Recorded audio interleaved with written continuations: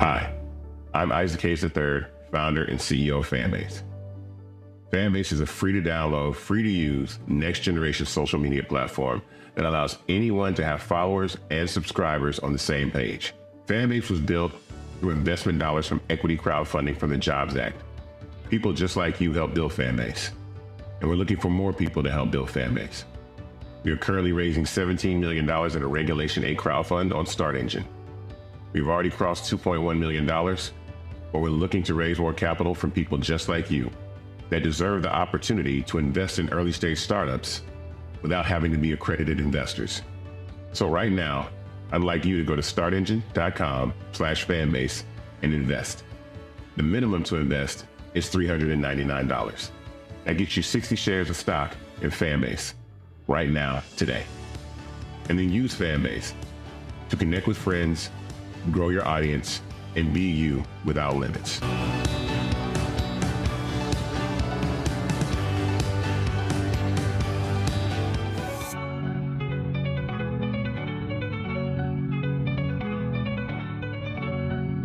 Black Star Network is here. Hold no punches. I'm real revolutionary right now. Black power. Support this man, Black Media. He makes sure that our stories are told. Thank you for being the voice of Black America, Roland. Hey, Black, I love y'all. All momentum we have now, we have to keep this going. The video looks phenomenal. See, this difference between Black Star Network and Black-owned media and something like CNN. You can't be Black-owned media and be scared. It's time to be smart. Bring your eyeballs home. You dig?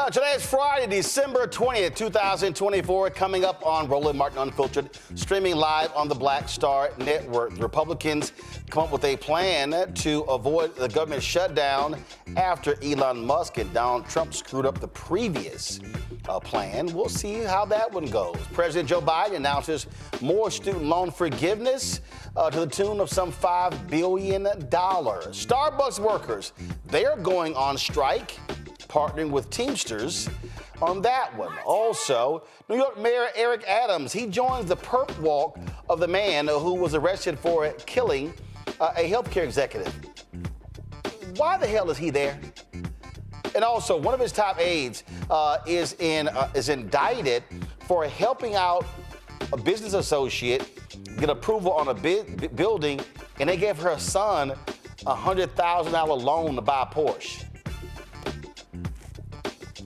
You may go to jail for $100,000, and it was a loan? I got lots more to talk about, y'all. It's time to bring the funk on Roland Martin Unfiltered on the Black Star Network. Let's go. He's got it. Whatever the biz, he's on it. Whatever it is, he's got the scoop, the fact, the find. And when it breaks, he's right on time, and it's rolling. Best believe he's knowing. Putting it down from sports to news to politics. With entertainment just for kicks, he's rolling. It's on go, roll, y'all. It's Roland Martin, yeah. Rolling with Roland now. He's funky, he's fresh, he's real, the best, you know he's Roland Martin now.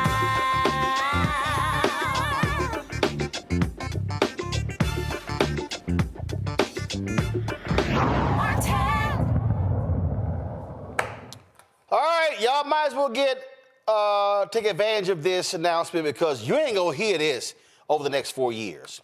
President Joe Biden announces another $4.28 billion in student loan relief for 60,000 more Americans. The forgiveness will be delivered to individuals enrolled in the Public Service Loan Forgiveness Program, also known as PSLIF. This allows for debt forgiveness for people in jobs like firefighting, nursing, and teaching after 10 years of continuous payment. And according to a fact sheet from the Department of Education, this announcement brings the total loan forgiveness by the Biden administration to $180 billion for nearly 5 million Americans. Like I said, you ain't gonna see this here because Donald Trump and Republicans, they hate loan forgiveness, except if you're rich. And so you may actually see them claw back some of this money over the next 3 years. Joe Richardson is a civil rights attorney joining us out of Los Angeles. Glad to have Joe. Also, we're going to be joined in a moment by Matt Manning, who is a civil rights attorney out of Corpus Christi, Killer Bethea, communication strategist out of D.C. Glad to have both of you here. Would you be joined by Matt in a minute? Again, all these people, they wanted Trump, they wanted Republicans. You know what? And there was a whole bunch of people, Kelly, who were bitching and moaning, you know, Biden, okay, that $180 billion, that ain't no big deal. I want complete loan relief. Well, the Supreme Court actually knocked that down.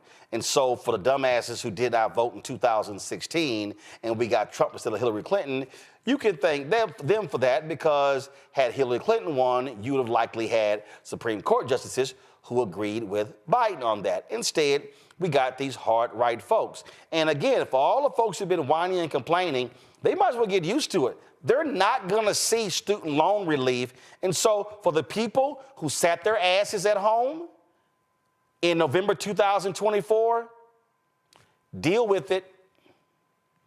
Pretty much. And it's sad because there's this, I can't remember her, I think it's Chelsea Ramsey. She made a song, you know, something about the leopards eating their own faces, something to that effect. But basically, you're hurting yourself. You hurt yourself by voting this man in office because it's not just about the presidency. It's about everything underneath it, right? And student loan forgiveness is just one prong that is in jeopardy of being killed by way of this administration coming in. So I feel like Biden is doing everything he can to combat what is to come so that it'll be even harder to undo, right? But again, student loan forgiveness is just the beginning. You know, you're about to see stuff regarding women's health. You're about to see stuff regarding LGBT rights. You're about to see stuff, every aspect of your personhood is about to be impacted by this administration. We're about to go into a segment soon enough regarding the government shutdown. That impacts millions of Americans, whether you want to admit it or not. And the fact that, you know, people really think that this man still, with all of this, knowing this, they still believe that he has their best interests at heart. I don't know if there's a pill, a form of therapy, or what to undo that mental sickness, but something's got to give. Hey, again, Joe, there were a lot of people who complained they had all the smoke in the world for Vice President Kamala Harris and Democrats.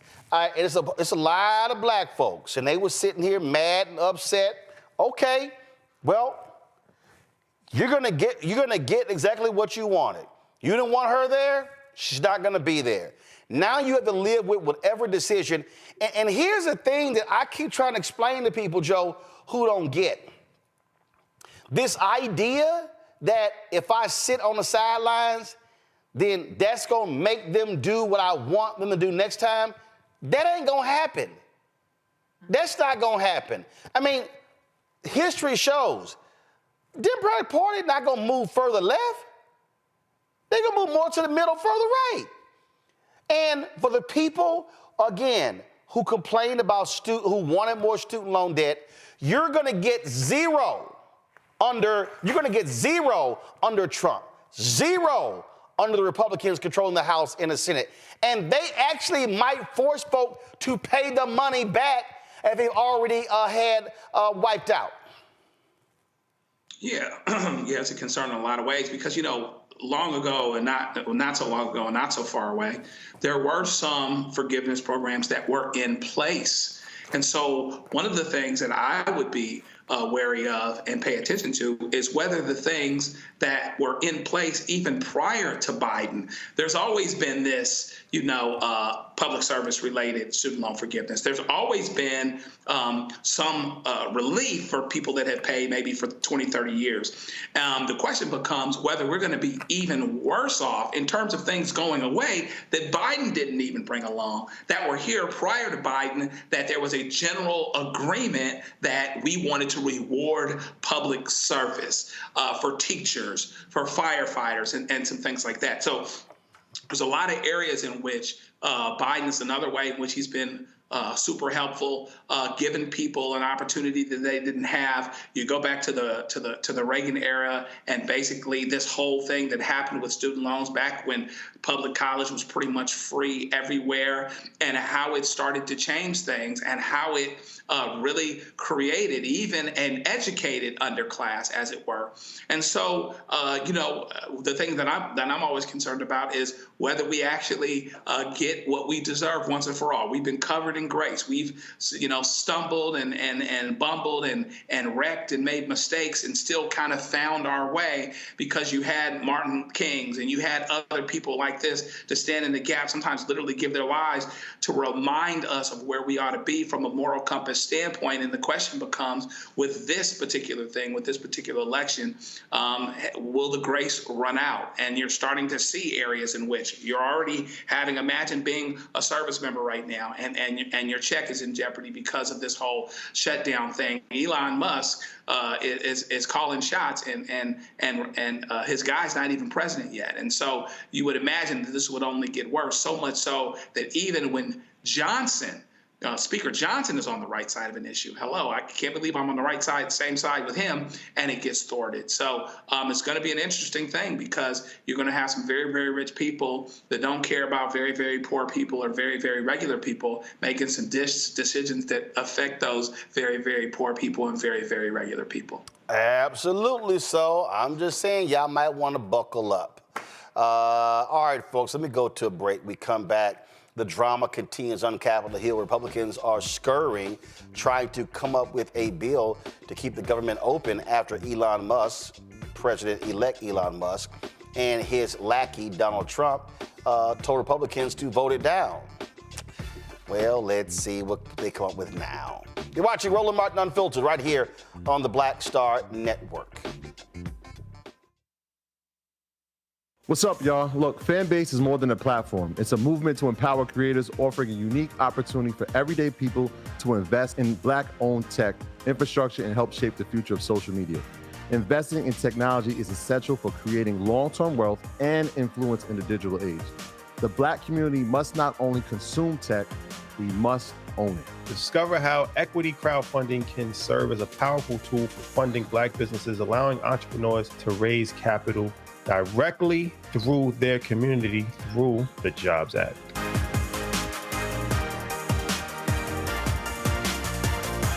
On the next Get Wealthy with me, Deborah Owens, America's Wealth Coach, are you working hard and yet your performance doesn't reflect your paycheck? On the next Get Wealthy, you're going to learn some savvy career moves so that all your efforts actually show up in your bank account. Joining us is the founder of a career network, and she's going to share the 3 R's of accelerating your financial growth. Here's a tip as well. If you are an individual contributor and you desire to be a leader, do the work where you are now. Because if you do the work where you are now, when you do reach the level, you'll be prepared to stay there. Right here on Get Wealthy, only on Black Star Network.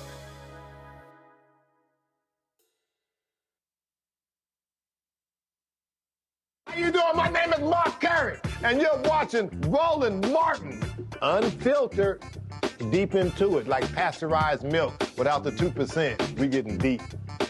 You want to turn that shit off? We're doing the interview, motherfucker.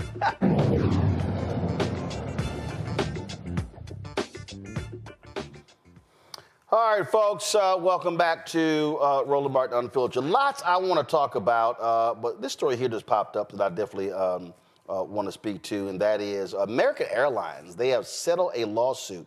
Y'all might remember the story. We talked about it in May. 3 Black men were on a plane, and they were told that, ooh, you have body odor. And that was from a flight attendant.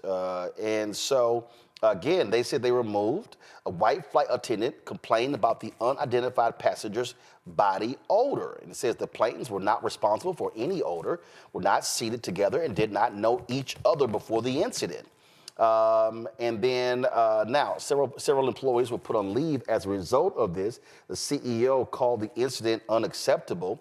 The story says the employees responsible for the incident have since reportedly been terminated from the company. And of course, American Airlines also announced in this story that they're going to take further action to prevent discrimination in the future. Now, Matt, this is not the first time American Airlines in the last several years has had to deal with the issue of discrimination on the planes. Tamika Mallory, again, there was an incident where she highly criticized them. They came to the NAACP convention in 2018, apologizing to and working with the NAACP, and well, we'll see how that went. But they continue to have these problems. But what's crazy is the 3 brothers didn't even know each other. Yeah. And it was like, yeah, funky, y'all gotta go. That's what really made no sense to me. I mean, frankly, there's not many facts at all in this article. So I can't really figure out what happened. I mean, I would imagine, obviously, there was some meat on that bone because American Airlines thought it was appropriate to settle this, and not just because it's a bad PR hit, but there obviously must have been some substance to these brothers' complaint. But I really do not understand this. I don't understand how the attendant even correlated the 3 of them having had this alleged body odor and how all 3 of them would have had it if they're seated in different parts of the plane and didn't know each other. I mean, that lends credence to the idea that he or she was just discriminating against them, but it's just very strange. So without knowing more, I can't understand. Well, wait. Here's a previous story. Again, there were 3 black passengers who sued. The men said they did not know each other, and they were seated separately while waiting for the plane to depart for New York. The 3 said they were among 8 passengers. All the black men on the flight, they said, who were told to leave the plane, Joe, because a white male flight attendant complained about an unidentified passenger's body odor. The men said they demanded an explanation for the removal during a confrontation with airline personnel in the jet bridge. At least one of the men recorded the discussion, capturing an airline employee seeming to agree that the men were discriminated against, according to their lawsuit. Right, and that comes in as an admission. So, I'm right there with Matt. It's amazing how we get to this place where you know that this is a smoking gun case, right? How is it that you coincidentally end up getting rid of black men on the flight, and it's 8 of them, and you get rid of all of them, and they sitting in different places, and you got the same complaint about all of them? You know good and well something in the milk ain't white. You know good and well that it's a problem. And so it's amazing that American would really allow this to happen. And this lets you know what we're still dealing with. Here's a flight attendant, and no disrespect to being a flight attendant, but why would these guys allow, if not for any other reasons than their own liability? The flight attendant's not paying out of his pocket.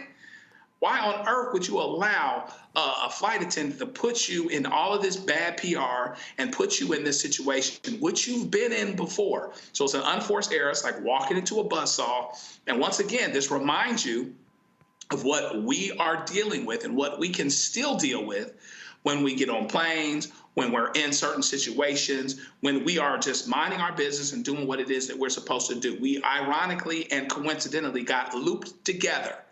The simple facts of this case would get past a dispositive motion. I forget if it was in federal court or whatever, it'd be a motion to dismiss. But it's just amazing that here we are again. And so, this is not happening in a vacuum. This is not happening.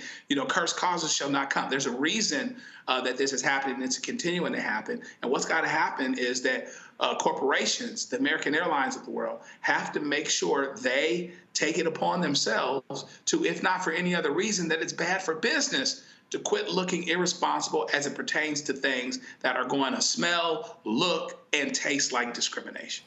Here's what's crazy, Kelly. Go back to my iPad. American offered, first of all, the men were taken off of the plane. They waited an hour. American offered to rebook them, but there were no other available flights to New York that evening, so they were allowed to reboard.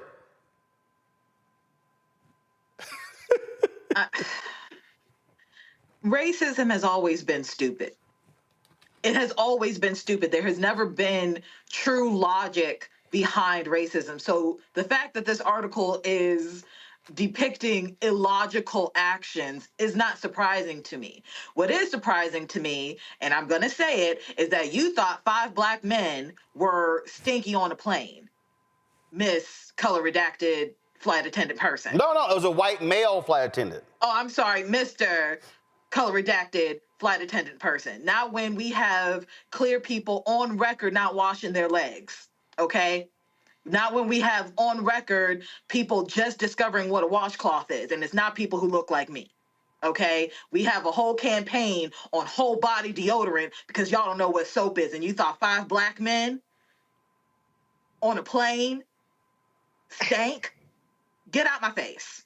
Stop playing with me. No. Can I say a few things, Roland? Sure. Here's the thing that you got to lead with next time, brother. I didn't know all 8 people taking off the plane were brothers. Let's talk about a basic DEI approach. You want to talk about DEI? Somebody on that plane should have been like, you are crazy. If you put all 8 of these black men off these planes, you're about to get sued. I don't understand how you let that happen, especially with something as difficult to ascertain as, alleged body odor. This is like Joe said perfectly. It's an unforced error. I don't understand how that happens. And jokes aside, it is an absurd idea that 8 people are put off the plane. What I'm surprised by is that all 8 of them didn't sue. Because if you had walked into my office with this, I'm like, we're filing a lawsuit every day of the week. This is just too absurd not to file over. They put 8 people off the plane. All of them are black men.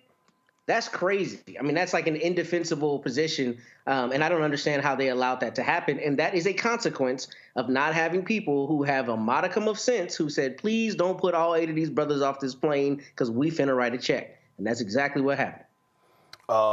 It's absolutely crazy to me. And so I say those brothers get paid. And so, and this is also what I say to people.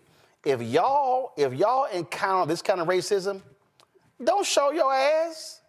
Don't act a fool.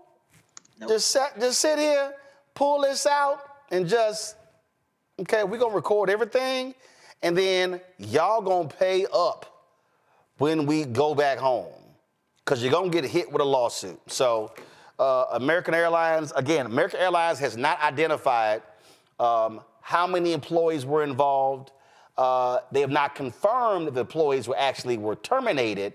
But clearly more drama for American Airlines. And so y'all need to get y'all stuff together. All right, y'all.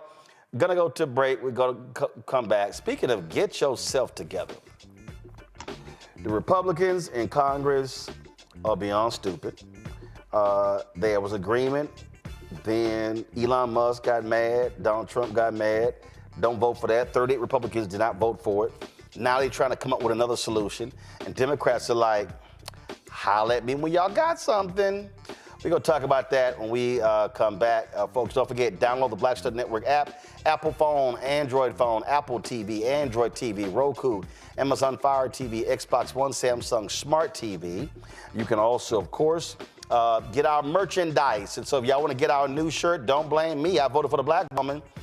You can get that by going to rolandmartin.creator-spring.com. rolandmartin.creator-spring.com. I'll be right back.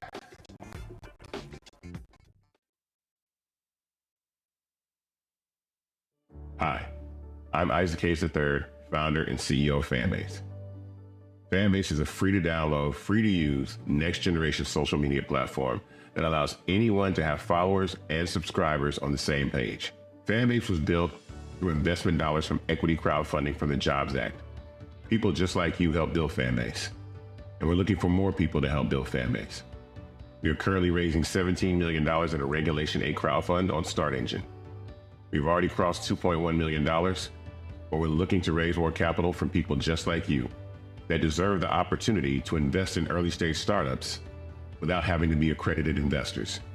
So right now, I'd like you to go to startengine.com/fanbase and invest. The minimum to invest is $399. That gets you 60 shares of stock in Fanbase right now, today. And then use Fanbase to connect with friends, grow your audience, and be you without limits.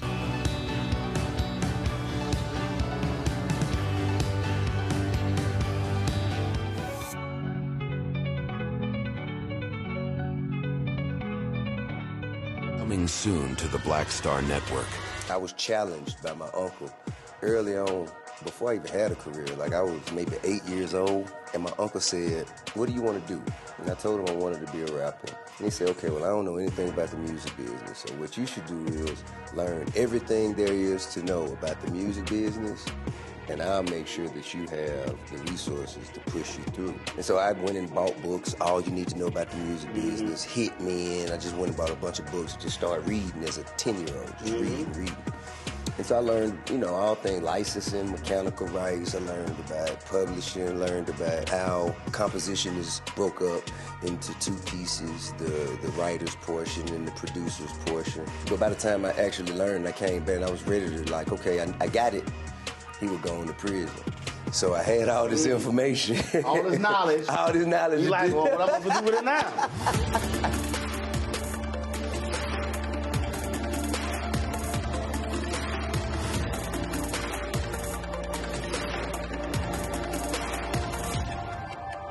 I'm Russell L. Honoré, Lieutenant General, United States Army, retired, and you're watching Roland Martin Unfiltered.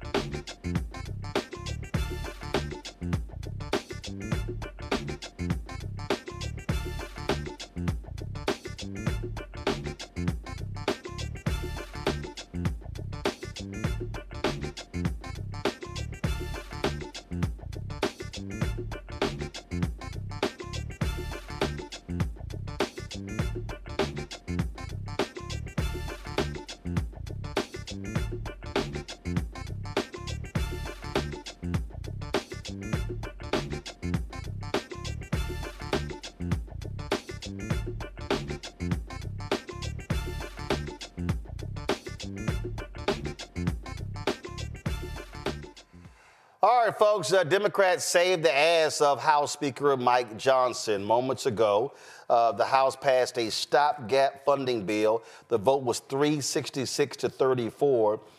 They stripped out several provisions that were demanded by Donald Trump. This doesn't get done if Democrats don't vote for it. Again, it was 366 to 34. I'm going to want to find out who actually voted against that bill. Let's go to our panel. I'll start with you, Kelly. I mean, here's the whole thing here, Kelly, and it's real simple, and that is this can't get done without Democrats. They understood what was at stake: federal employees, a number of military workers, all kinds of different people, and we might as well get ready. You're going to see the absolute chaos of you're going to see the chaos of Republicans. It's going to happen. You're going to see lots of that happen in this country. And so guess what? Just prepare for it, because we're going to see lots of stuck on stupid. Not just stuck on stupid, Roland. For me, when I first tried to process this story, it was like, oh shit, we're in an oligarchy now, right? Because a non-government official was able to tell a block of government officials to basically not do their jobs for some money, right? And the level of just what the hell is just staggering to me. And I was watching on C-SPAN some of the clips of congressmen just all but cussing their colleagues out on the floor, because it's absolutely ridiculous, the fact that you have a foreign oligarch really telling you what to do so that you can have some money for your campaign coffers come 26. And if you think that this is not going to happen again, if you feel like your soul is going to be intact after all of this, you got another thing coming, right? It's unfortunate that it's going to be at the expense of the American people, specifically the American people that voted for this man to allow all of this to happen, right? And like we said on election night, at the end of everything, is like, for the next 4 years, we're going to be saying, we tried to tell you. And this is just one more iteration of that. You know, and the thing that we got to understand that that we're seeing here is the Republic. Look, you got hardcore so-called fiscal conservatives, and I love all of these people, Joe, who keep saying, well, you know, blame the Democrats. J.D. Vance, Donald Trump trying to blame the Democrats. It's kind of like, no, this is on you. And then also, I love this here. I saw all these people, they were like, where's President Biden? Where's President Biden? And the White House is like, this on y'all. This ain't nothing to do with us. Like, this on y'all. Speaker of the House, that's your job. Your job, you had a deal. Don't come to us trying to save your ass. No, and I'm with them. If I was Biden, I'd be like, hey, don't holler at me. You the speaker. This is go do your job. Because you scared you about to lose your job. Yeah, he was waiting at his desk for the bill that was supposed to be coming up to him, the one that was agreed to, actually. That's what Joe Biden was doing. He was just laying back in the cut. Now, meanwhile, back at the ranch, you know, you got Elon and you got Donald Trump making calls, and they aren't even in Washington yet. And so now, and you know, the thing that Trump actually wanted to do, actually to the ire of some Republicans, some of his own, was to explode to lift the debt ceiling for years, so he didn't have to deal with it, because he's going to blow up the debt just like he did when he was in office before. 8 years ago, how are they going to do it with a 2 to 5 vote majority? It's not going to be any easier. They don't have a mandate. There are almost as many Democrats as Republicans. Now they're going to do some things. They're going to do some things per reconciliation, so that they can get past the 60 vote threshold, so there doesn't have to be a filibuster issue in the Senate as it pertains to some budget related things. They're going to do that when and where they can. They can get a Supreme Court thing passed without getting to the 60. They blew that up several years ago. But they are going to bump into themselves all the time, just like they did before. And it's going to continue because, among other things, we've got vulnerable Republicans, too, who won in swing districts, who are back up for election in 2 years. And they're going to be in trouble, ones that won in Democratic districts, and things like that. So welcome to the chaos. This is already happening, but they're supposed to be in charge and everything that came with it. But you guys are talking against each other. So where's the mandate if you guys don't agree with each other? Well, I'm laughing because now, Matt, you got Rand Paul of Kentucky and saying, I'm not going to allow this to move forward. All right, player, do you? Yeah, do whatever you want, Rand. I'll say this. It's interesting that Kelly said we now have an oligarchy, and I agree with you, Kelly, but we've always had an oligarchy. But I thought this was incredibly interesting when I heard this, because this, to me, sits directly counter with who Donald Trump tries to sell himself as, right? I mean, it's just now very clear that the kingmaker, Musk, with his $170 million or whatever it was he paid to his campaign, I think that's the last number I heard, is now just openly saying, do what we tell you to do, essentially. And I think that that's hugely problematic, one, for Trump. I mean, if you want to exude that you're the most powerful person in the government, and then you have a private citizen telling you what to do, that obviously undercuts your power. But more than that, I find this to be the most offensive exercise that we as citizens have to see happen, just the politicization of the basic running of the government. It frustrates me to no end, because imagine if any one of us went to our jobs and said, we don't agree with the politics, so we're not going to do the basic function of our jobs that all these millions of people are relying on us to do. That's just absurd that, it comes to this gridlock and this happens, and we have to hear all the political sound bites, but we as Americans don't come together and say, we will not allow you to not do your jobs. And moreover, we will not allow you to amend to this bill a raise for yourselves when you are openly not doing your jobs. I mean, that's just a huge issue to me. And I don't know how we continue to let this happen without there being something else we can do to right that balance. Well, I love this one here. Donald Trump has such an attitude. He posted this on his trash Truth Social. If Republicans try to pass a clean, continuing resolution without all the Democratic bells and whistles that will be so destructive to our country, all it will do after January 20th is bring the mess of the debt limit into the Trump administration rather than allowing it to take place in the Biden administration. Any Republican that will be so stupid as to do this should and will be primaried. Everything should be done and fully negotiated prior to my taking office on January 20th, 2025. Well, guess what? 170 Republicans voted for it. So I would love to see Elon Musk try to spend his money primarying 170 Republicans. Let's see how well that ends. I don't think it's going to end so well. I'm just saying. All right, y'all, got to go to a break. Come back. Breaking news out of Missouri. The white Republican governor pardons a white cop who brutally murdered a black man. He was convicted by a jury. But the governor said, oh, no, he should be home for Christmas. Yeah, we're going to discuss this lynching next on Roland Martin Unfiltered on the Black Star Network. What's up, y'all? Look, Fanbase is more than a platform. It's a movement to empower creators, offering a unique opportunity for everyday people to invest in Black-owned tech, infrastructure.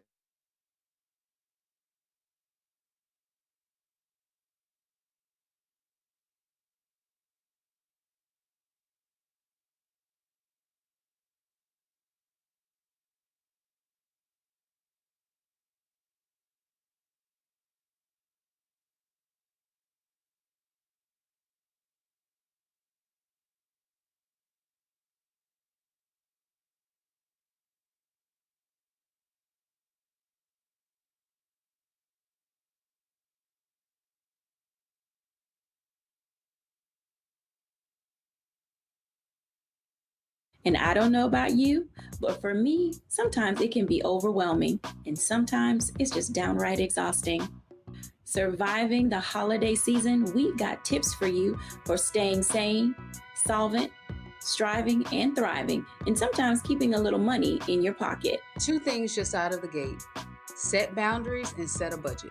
On A Balanced Life, right here on Black Star Network with me, Dr. Jackie. Now that Roland Martin is willing to give me the blueprint, hey, Cyrus, I need to go to Tyler Perry and get another blueprint because I need some green money. The only way I can do what I'm doing, I need to make some money. So you'll see me working with Roland. Matter of fact, it's the Roland Martin and Cheryl Underwood show. Well, should it be the Cheryl Underwood show and the Roland Martin show? Well, whatever show it's going to be good.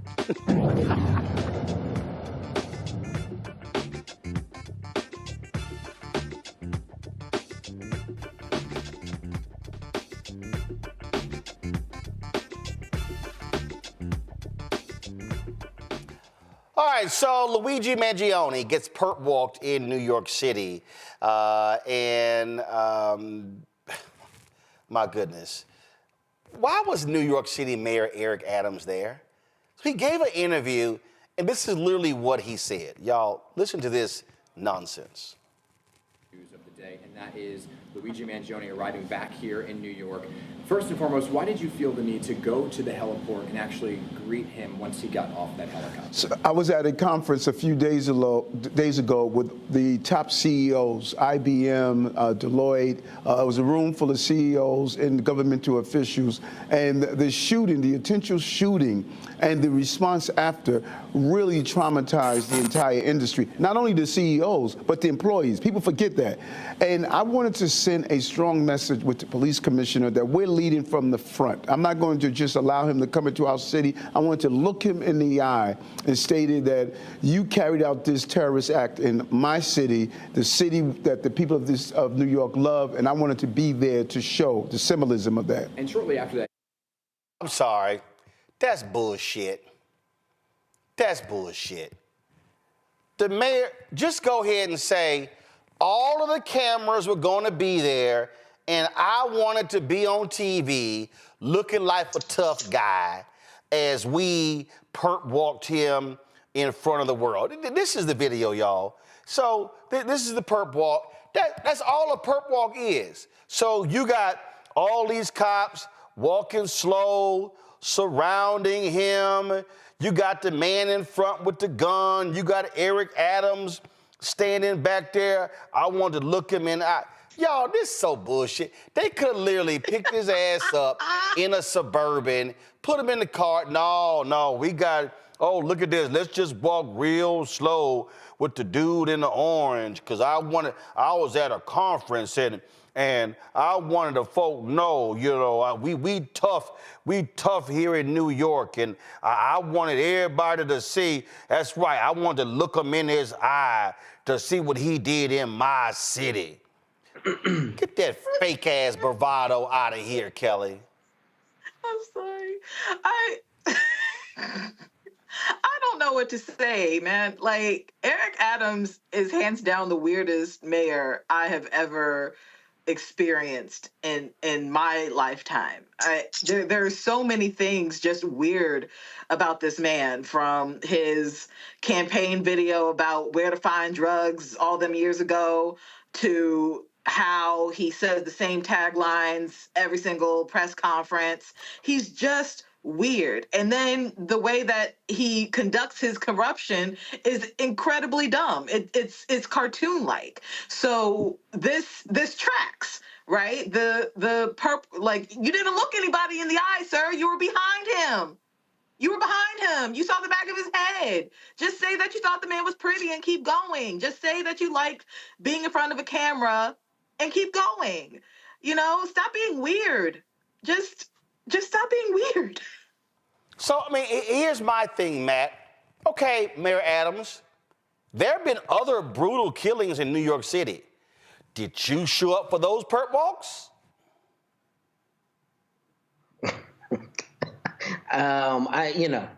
He didn't. But the thing I actually don't understand more than all of that is Eric Adams, chief advisor, just got indicted the other day, right?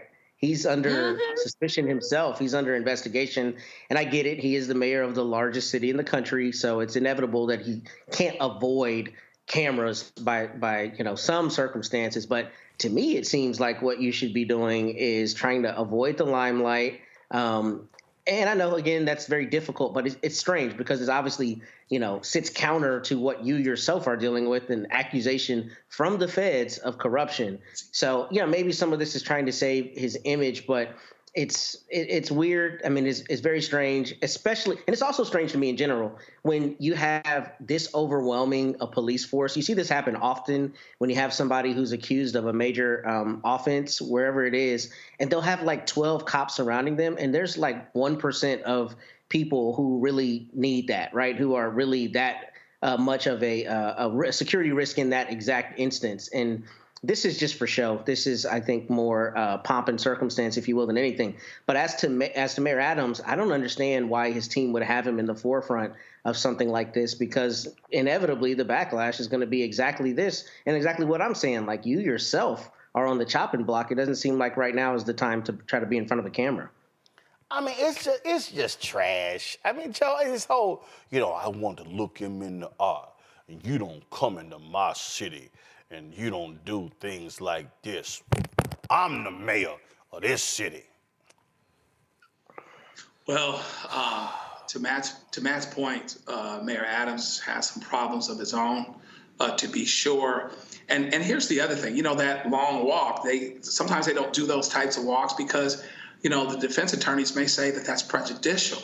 But meanwhile, back at the ranch, one of the things that's interesting about this is that because of what this guy did and because of who he is, he comes from money, easy on the eyes to them, white guy, etc.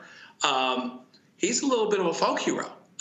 So literally that walk for some, whether you think it's right or wrong, that walk with him walking and all of these people surrounding him was symbolic of a system that screws the little guy. And that, and he, to a lot of people, he doesn't even look like a criminal. And so it actually played into this counter narrative. And even though I think they'll get him, they're going to go get some very formidable defense attorneys. They're going to make them pick a pony. There is an argument that they're double charging them, with the federal and the state stuff in New York, because on federal side, you can get the death penalty. In New York, you can't. They're going to make them pick a pony on that. But what it's going to do, I believe that this defendant will be successful in starting or restarting and igniting this discussion about healthcare. It's a heck of a way to do it. It's not the way I'd have done it. I'm not saying he shouldn't have done it. I'm not saying that he should have done it. I'm not saying that it's justifiable, okay? He belongs in jail, but not everybody believes that he belongs in jail. But even though there are no excuses for it happening, to his mind and to a lot of people's minds, there are reasons, and you're going to have to deal with the reasons.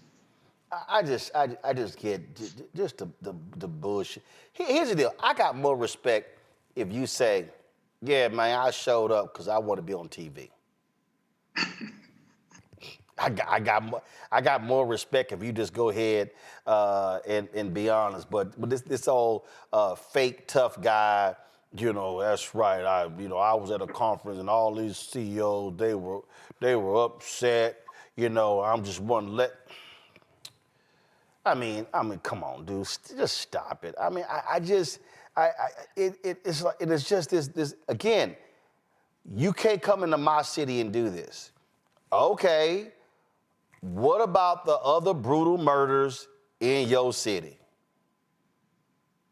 Is Eric Adams now saying, I'm going to be on TV at every perp walk? Let us know, but this is just trifling. Speaking of trifling, did y'all see one of his top aides turn herself in? This is just, okay, first of all, here's why this story bothers me so much. It bothers me. So, a top aide of Eric Adams, okay? This is a photo of her, Ingrid Lewis Martin. Hold on one second, I'm pulled up. Ingrid Lewis Martin, longtime aide to New York City Mayor Eric Adams, okay? All right, a sister. She was charged, conspiracy, bribery, and money laundering, okay? In the indictment, Manhattan DA Alvin Bragg says she gave special treatment to a couple of real estate developers when their construction projects ran into hurdles, okay? In exchange for help, check this out. They gave Lewis Martin and her son $100,000 in checks and cash, which her son, who's a DJ, used to purchase a Porsche. Now, it wasn't just her.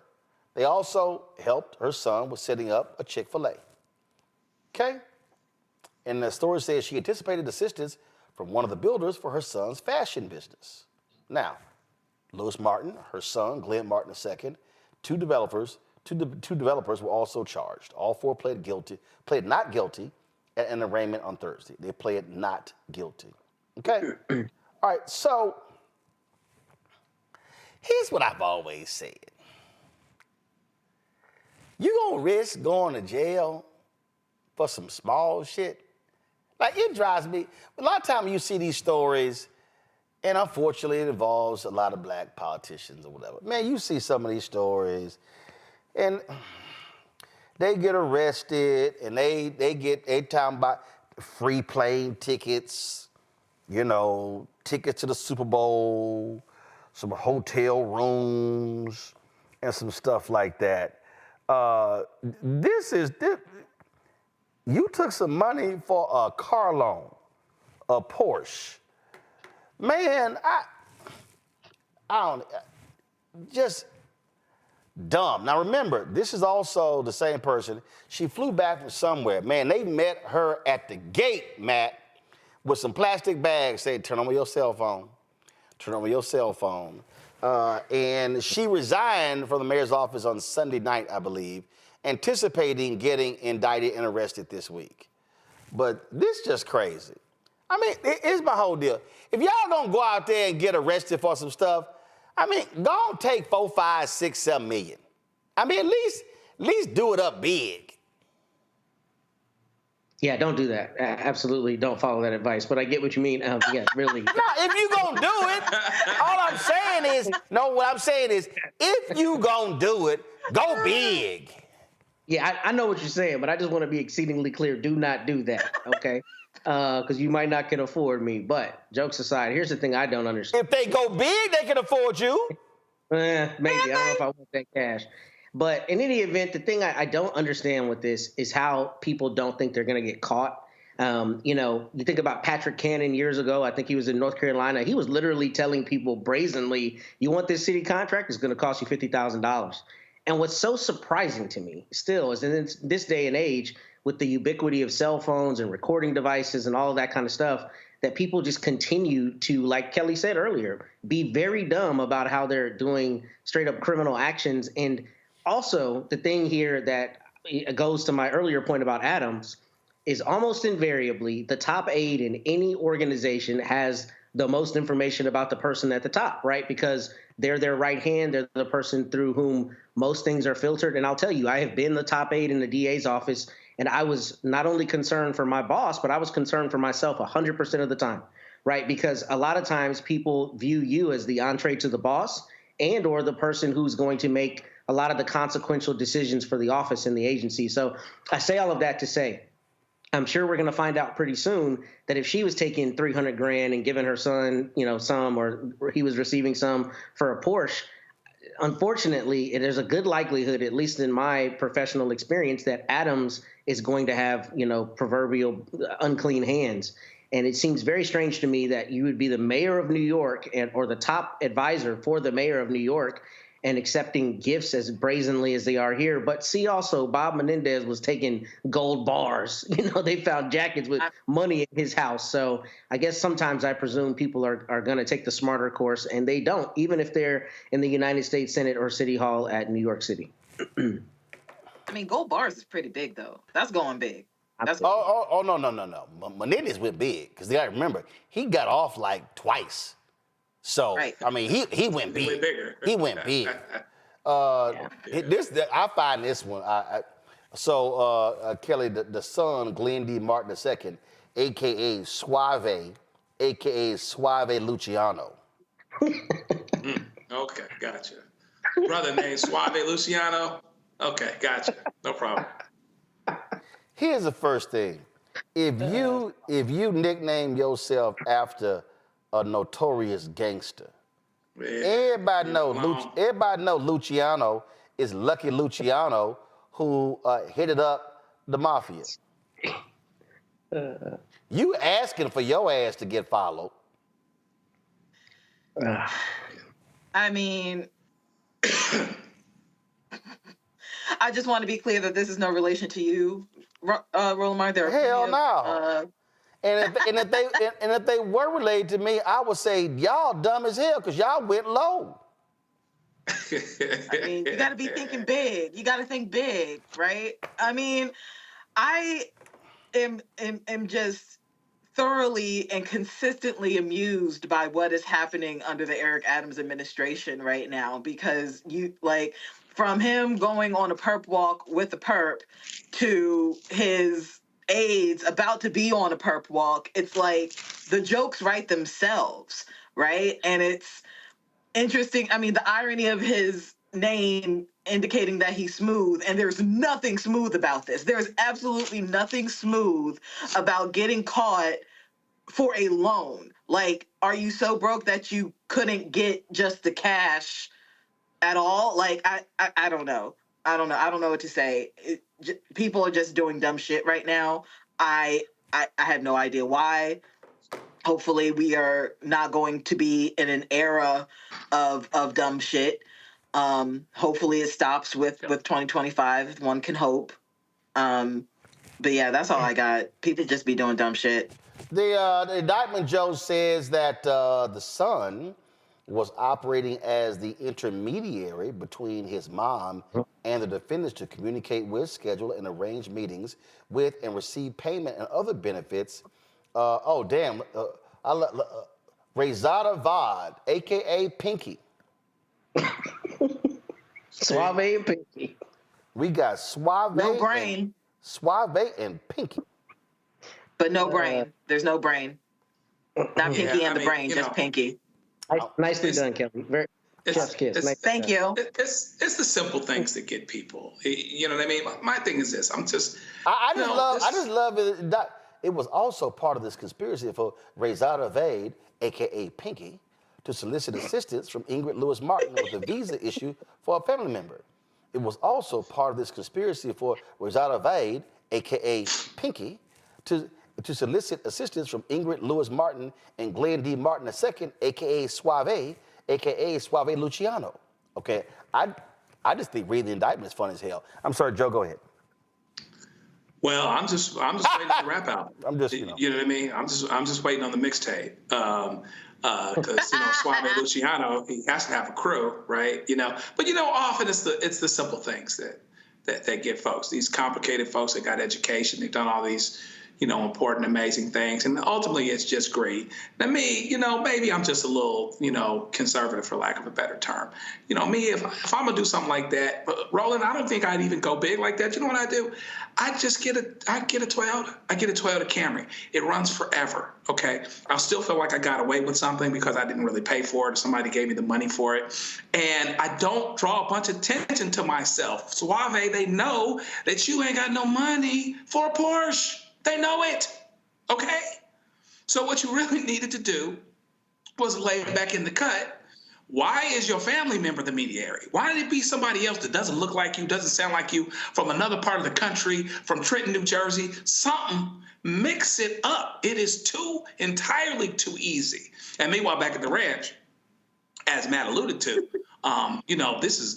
this is like a tube of Aquafresh. I remember Aquafresh toothpaste, and they squeezing it and trying to get everything to the top. They going for Eric, man. They're going for Eric. I had never heard of this woman, even though she's prominent in politics. And once this is done, I probably never hear from her again. But I do know about Eric Adams, and that's who they know about. And I give you 10-1. That's who they're trying to squeeze. And that's why he been doing the Trump dance, because he wants that pardon. I just want the FBI to know I'm not doing anything. I won't even tell you how I would do it because I wouldn't do it. I want to be very clear about it. Okay?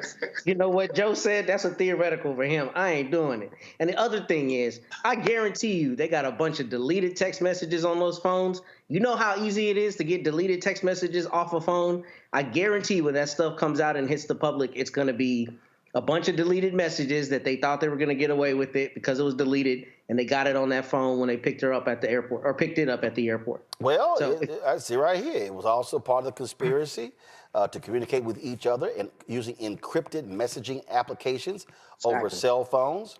And they also talked in here. So you see, in furtherance of said conspiracy, what does you see right here? They met. It says Gracie Mansion. Then all of a sudden, Rezada Vod, a.k.a. Pinky, sent a series of WhatsApp messages to Ingrid Lewis Martin asking for her help to expedite a visa for a family member, stating this exactly needs to be pushed to get immediate appointment. Again, Ingrid Martin sent a WhatsApp back.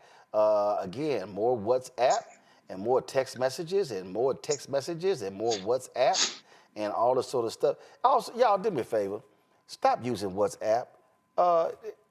Use Signal. I'm just saying. I'm just You still giving them tips. No. Stop. See?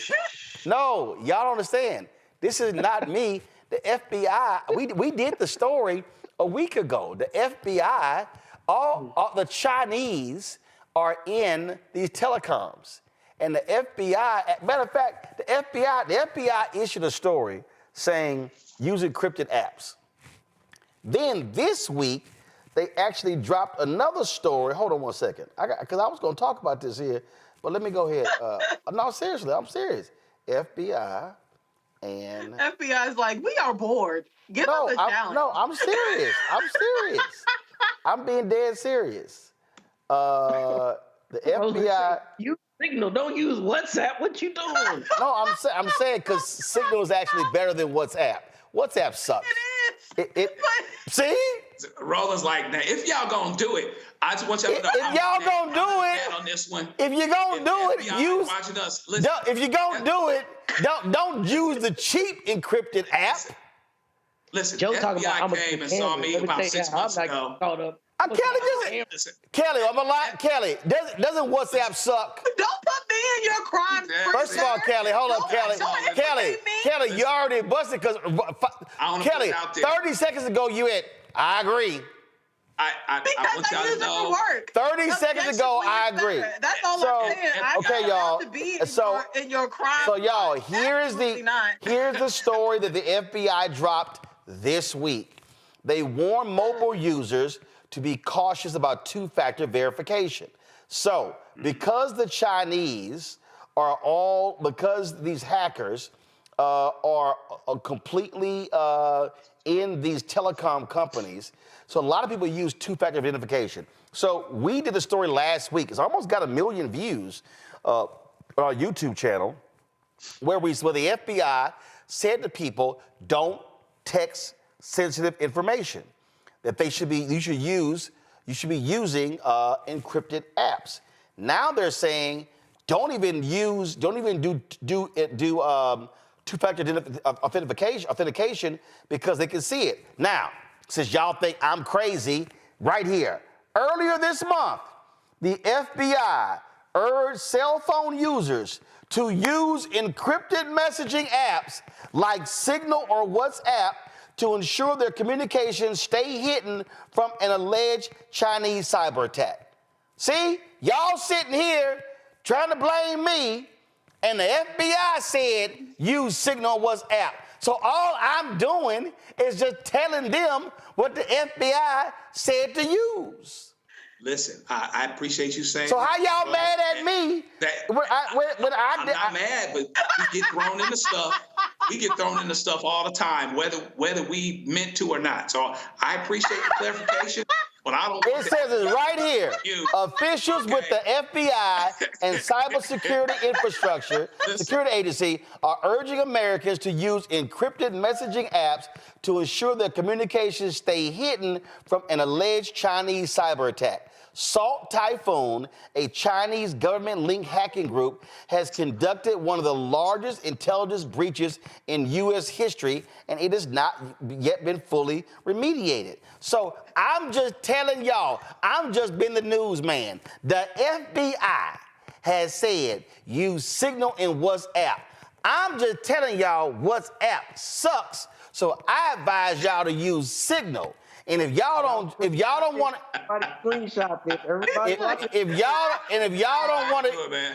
don't want to use Signal, there's another encrypted app called Wire. I'm just trying to tell y'all, but go ahead, Joe. See, I just didn't want anything to get confused. Like, just in case the FBI watching, I want y'all to know, I'm like Robert De Niro on Casino. I want to run a square joint, you know, and we just gonna be going straight arrows, okay? I had, real true story, I had FBI visit me about 6 months ago about a former client. Scared me to death. I didn't sleep for a week. You know what I mean? And so I just don't want to be misunderstood. That's all. Everything you said is correct, Roland. I'm right there with you, and I appreciate that context. And that'll help me a little bit keep my blood pressure down if you put that context in the front, because, you know, really it's getting ready to be the Trump era and everything else too. Listen, they weaponizing the government. We just want to be okay. That's all we saying. We know that if you literally got 3 lawyers on your panel right now. Hey, I'm just trying to tell you. 3 lawyers on your panel right here. Right here, officials on a news call Tuesday refused to set a timetable for declaring the country's telecommunications systems free of interlopers. Officials had told NBC News that China hacked AT&T, Verizon, and Lumen Technologies to spy on customers. So I'm just telling y'all, I'm passing y'all the news. See, y'all weren't even aware that the FBI told people to use encrypted apps. Were y'all? Because plausible deniability is a thing, and you are taking it away from us. I'm going to ask each one of y'all individually. Joe, were you aware of this story? Yes or no? I was, because I had somebody at AT&T. Okay, so the answer is yes. Kelly, sort of, yeah. Kelly, were you aware of this story? I was trying to preserve my plausible deniability, but it's either yes or no. No, on purpose. Matt, were you aware of this story? Not guilty. Y'all got to feel me. That's all I'm saying. Just saying.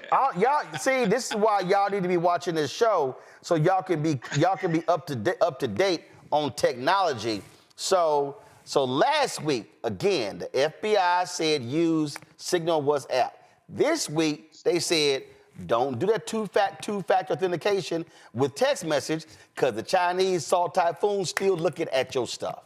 So that's all I'm saying. That's all I'm saying. I'm just trying to help y'all out. We just don't want any misunderstanding. Can we go to break? I'm very nervous right now. I ain't nervous. See, I need a GoFundMe for bail. When you ain't done nothing, ain't no need to be nervous. Oh, faithful words of many of my clients. Okay. Come on, man. Not guilty, bro. Look. No. I'm just saying. But if you're going to sit here and communicate bribery, I'm just saying, you need to use Signal, and you need to be using disappearing messages, and you need to make sure the person on the other end got theirs set too. See, that's how these fools, I'm going to tell you what these fools did. They were sitting there communicating. They didn't have nothing disappearing turned on. They were just sitting there chatting back and forth. They ain't realize. If you're going to do it, you know. They ain't even realize.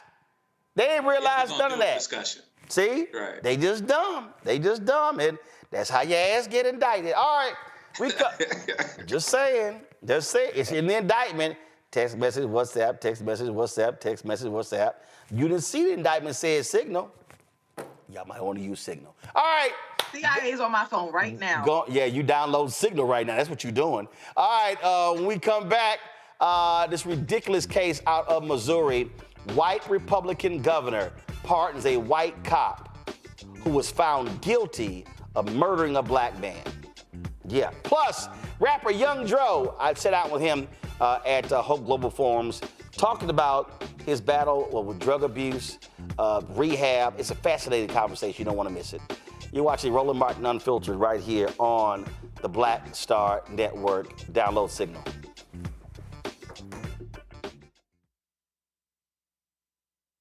Hi, I'm Isaac Hayes III, founder and CEO of Fanbase. Fanbase is a free-to-download, free-to-use, next-generation social media platform that allows anyone to have followers and subscribers on the same page. Fanbase was built through investment dollars from equity crowdfunding from the Jobs Act. People just like you help build Fanbase, and we're looking for more people to help build Fanbase. We are currently raising $17 million in a Regulation A crowdfund on Start Engine. We've already crossed $2.1 million, but we're looking to raise more capital from people just like you that deserve the opportunity to invest in early stage startups without having to be accredited investors. So right now, I'd like you to go to startengine.com/fanbase and invest. The minimum to invest is $399. That gets you 60 shares of stock in Fanbase right now, today. And then use Fanbase to connect with friends, grow your audience, and be you without limits.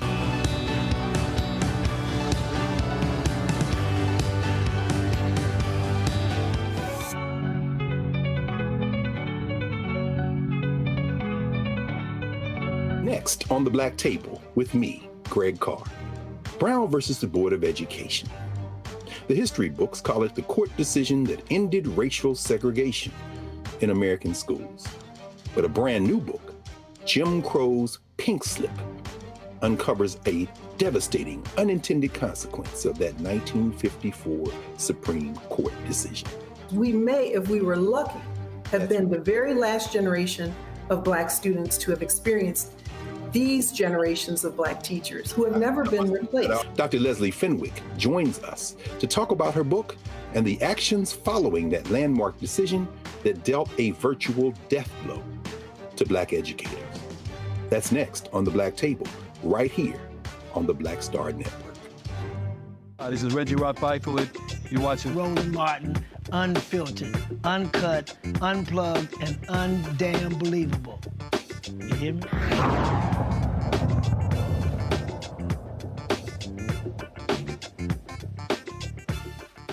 All right, y'all, some breaking news out of Missouri. This is a shameful and despicable story. Go to the Kansas City, go to my iPad, Anthony.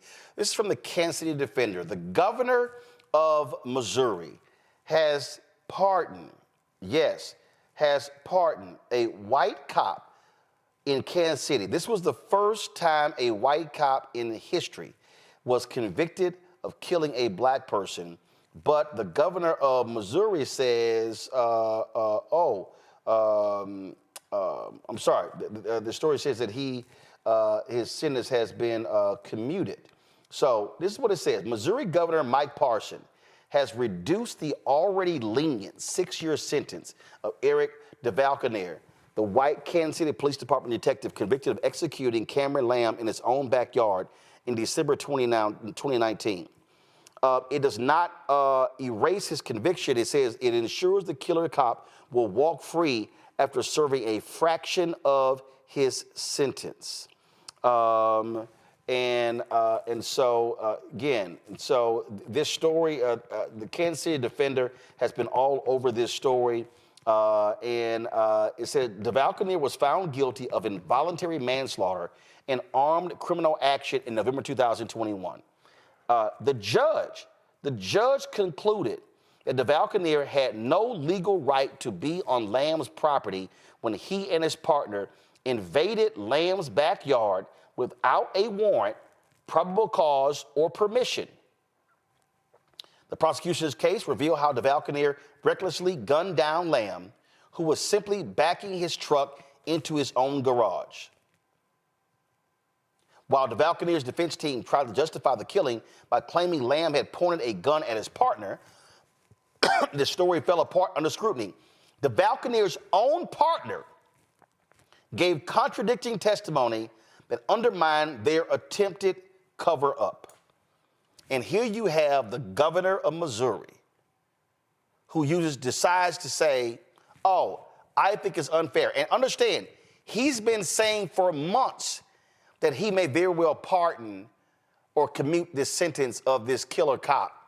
And what does it say, Matt? That he gets indicted. He goes to trial. The judge finds him guilty.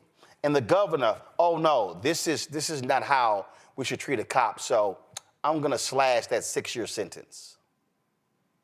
It says that some people are above the law, and for some people, politics is bigger than the law. This is exactly what the governor of the state I live in did. I don't prefer to call him my governor, but Greg Abbott with Daniel Perry in Austin. And this was my precise objection, and precisely why I think this is so insidious and frankly indicative of the racist ideology that allows you to do something like this and then not pardon somebody like Marcellus Williams, where you have very clear questions about the evidence, right? Because what you have here is you have 12 people who sat in the box who listened to all of the evidence. So not the sound bites, not the political spins on things. They listened to the evidence from open to close and decided that he was guilty of this offense, and they convicted him. And then he was sentenced to prison. And because the governor sees him as a talisman of the political or even racial ideology, which is likely what it is here, he uses him as a means to say, hey, I'm still here for the people who look like me and the people who I think deserve a break. And that is terrifying, because this is not that example, but there are always examples of self-defense or other bona fide defenses where people never get the benefit of the doubt. But if you happen to be the right color and you happen to get on the governor's radar, then Greg Abbott will say, I'm going to demand the Board of Pardons and Paroles lets this person out of prison, even though Austin, which is, you know, historically very liberal in the context of the state of Texas, 12 people sat in the box and decided to find him guilty. The same is true here. And I don't really think there's a bona fide defense beyond they saw this as a political maneuver and a political maneuver to signal to their people of their ilk, hey, I'm still here protecting, holding the line. And it should be disgusting to you if you are a person who has any belief whatsoever in the rule of law, or at least the rhetoric we hear from people like this governor talking about the rule of law, because it clearly does not apply equally. Here's what's crazy. This is KMBC.com, Joe. He was sentenced to 6 years in prison in March 2022. He filed appeals and remained out on bond. The Attorney General recommended overturning the conviction or ordering a new trial a year later, citing concerns about the fairness of the proceedings. But here's what's crazy. Appellate courts upheld the conviction in October 2023. The Missouri Supreme Court denied his request for a transfer in March 2024. The Valconeer's family requested clemency from Parsons' office in late 2023. In September 2024, a federal court ruled that the Valconeer's entry onto Landon's property was unlawful. These are Republicans of Missouri who are saying, we do not want to see a cop held accountable for his actions.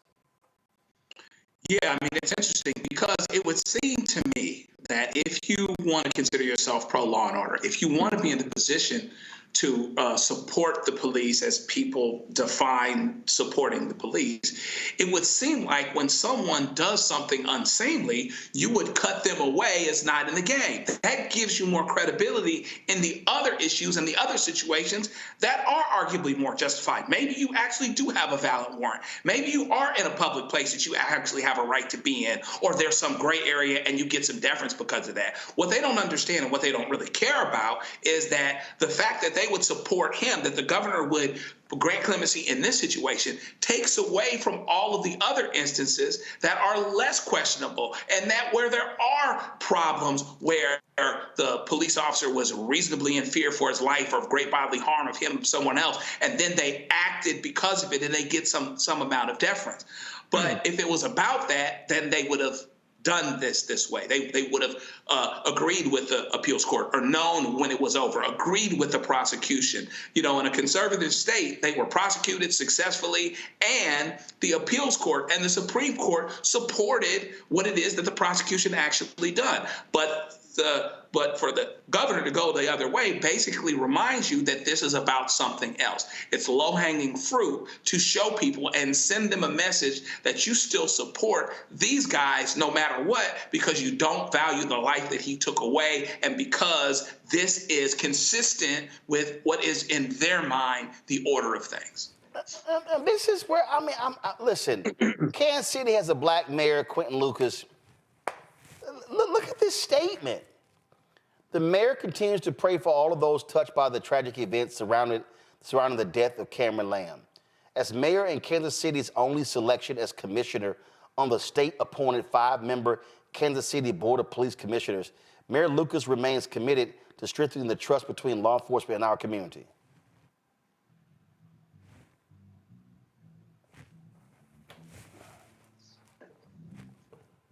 That's an absolute bullshit-ass statement, Kelly.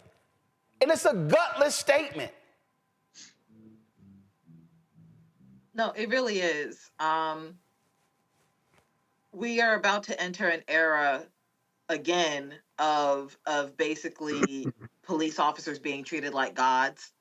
And it is unfortunate that these gods, so to speak, are about to exercise their power on those with the least, those who have been the most disenfranchised.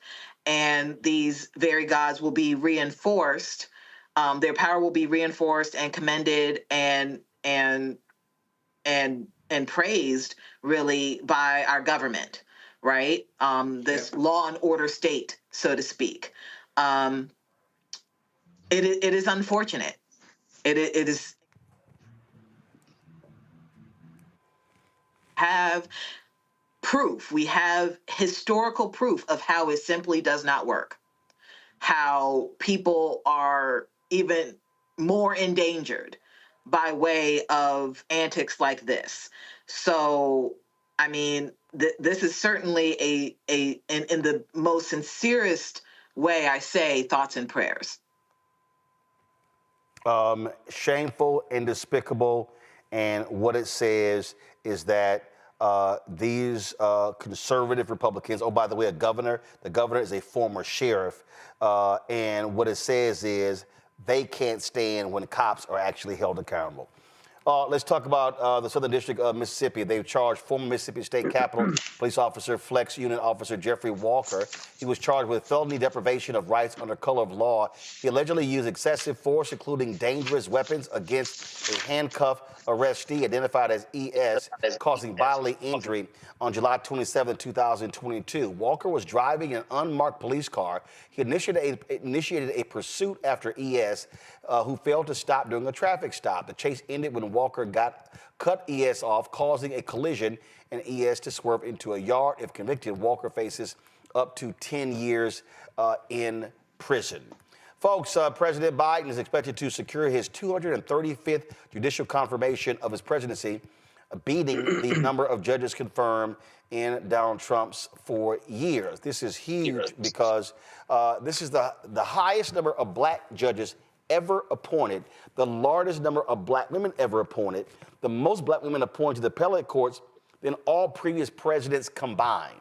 I will say this here, Joe, for people who are stuck on stupid, and I've seen this crap the last 2 years, who say that this is no big deal.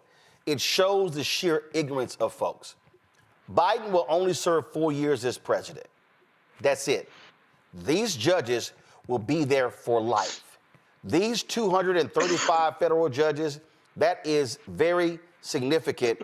And again, had Vice President Kamala Harris been elected, had folk not sat on their asses at home or voted for Trump, you would see another 230 or 240 federal judges appointed, and not hardcore right-wing conservative, batshit crazy federal judges. You know, the judicial branch is the area where you can make the most long-term impact. And Joe Biden did an excellent job, not only in terms of the numerosity of judges, but the levels of the judges, the black women that were appointed, and also not just, with no disrespect to, brothers that went to Harvard and did big law, but, public defenders and people that did things other than prosecute. He did an excellent job at that, probably better than the Obama administration did at that. So, and this will have an impact, not being able to do this for the next 4 years, and maybe Trump appoints another 200 judges or so who will, in turn, be there for life. He'll also replace probably the old guys on the Supreme Court, Thomas and Alito, the ones that want to leave, that he can clearly replace. So elections have consequences, and the judiciary is a very, very big part of that.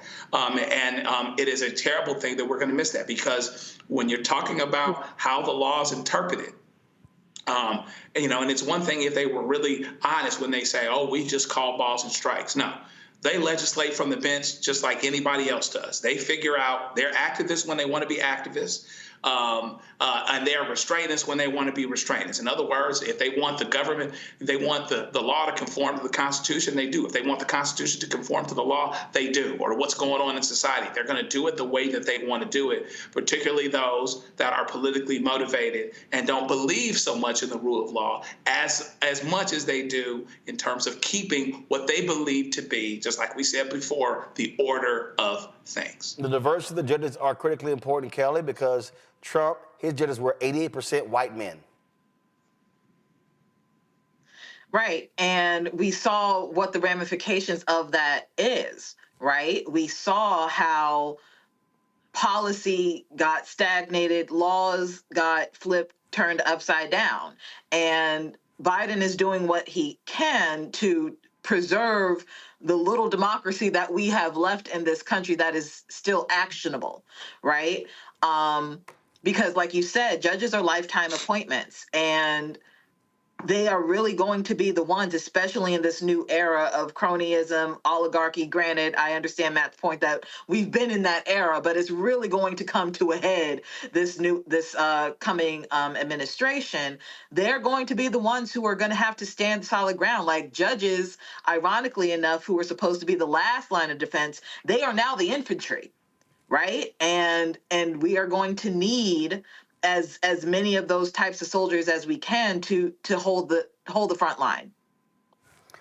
Matt, the other thing I think other reason people should be excited when you look at these 235 judges is that he didn't just pull from state judges, didn't pull from prosecutors.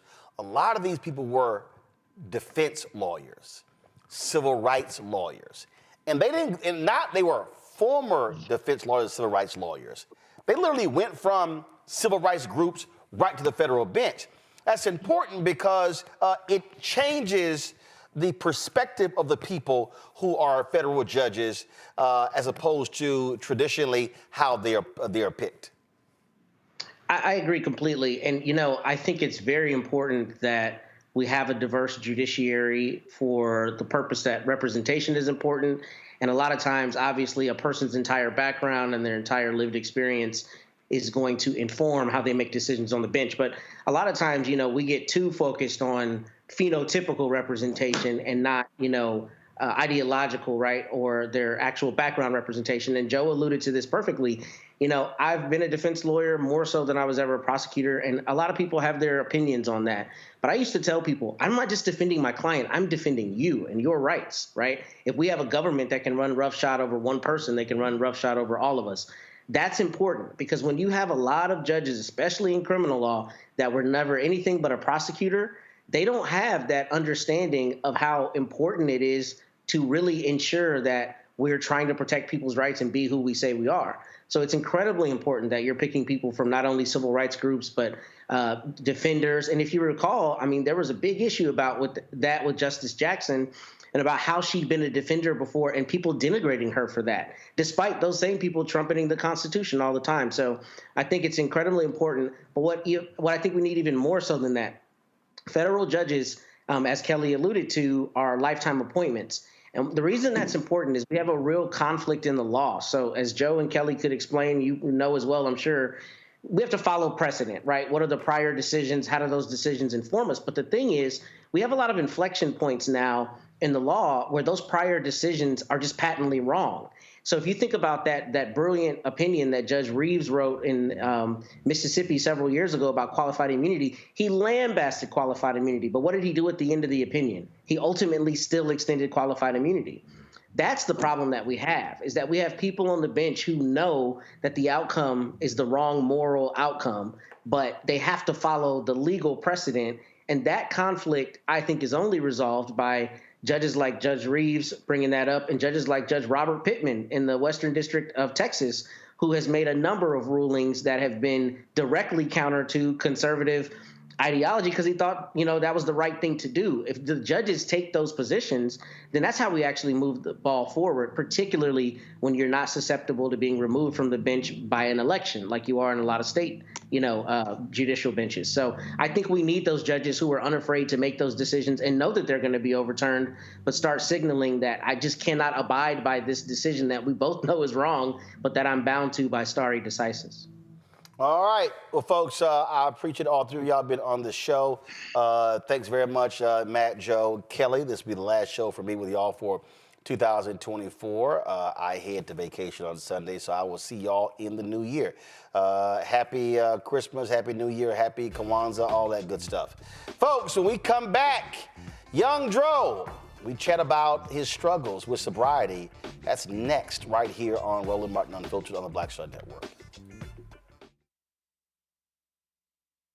What's up, y'all? Look, Fanbase is more than a platform. It's a movement to empower creators, offering a unique opportunity for everyday people to invest in Black-owned tech, infrastructure, and help shape the future of social media. Investing in technology is essential for creating long-term wealth and influence in the digital age.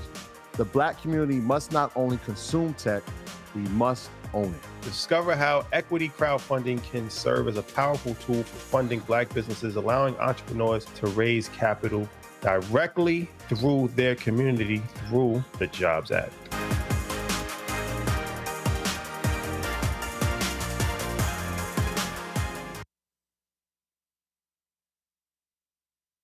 Hatred on the streets, a horrific scene, a white nationalist rally that descended into deadly violence. White people are losing their damn minds. As an angry pro-Trump mob storms the U.S. Capitol, we've seen shutdown. We're about to see the rise of what I call white minority resistance.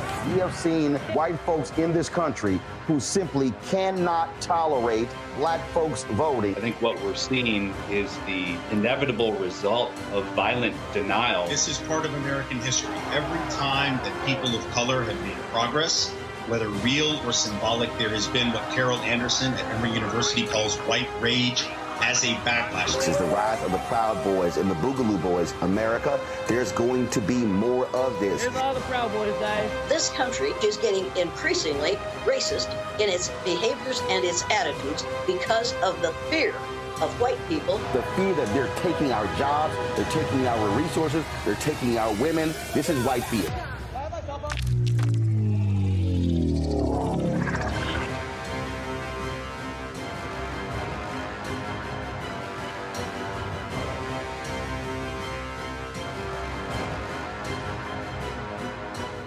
This is Tamala Mann. And this is David Mann. And you're watching Roland Martin Unfiltered.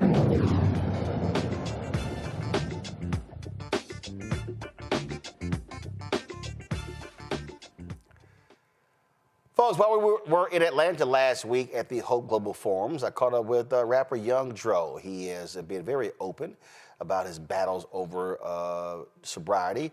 We talked about that and how he now is choosing to live the good life. All right, we're here at, of course, Hope Global Forums. Young Dro here. We start here. Yeah. There are a lot of brothers, forget who in the public space, right, who don't want folks in their business, don't want to talk about it, have secrets. We don't talk about family stuff. When Deion Sanders had blood clots, yeah, it wasn't until he was hospitalized having surgery when his mom said, "Oh, you know your uncle and so and so." He's like, "Mama, so we got a history of blood clots in our family." Had no idea. Yeah. Why was it so important for you to say, I have to share what I've been through, as opposed to, like a lot of brothers, keep it to themselves? It was important because I started to look at my family and my daughters and my son, right?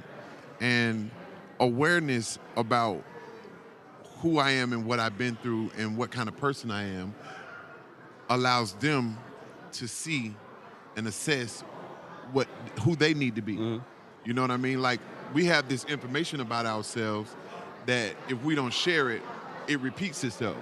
So it's very important that I open my life as a book to be read by my children and also people out in the public, so they can be able to see if they're going through something. Like if I did it in front of one of my partners, he'll be able to say, well, you know what, I'm gonna open up to my kids, and it just start to heal families and friends.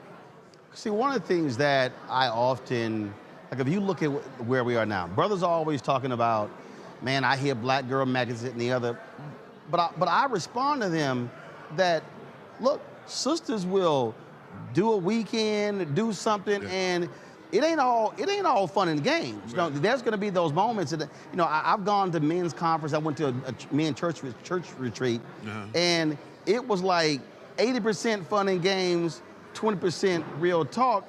And I was like, you know, a bunch of y'all came here screwed up.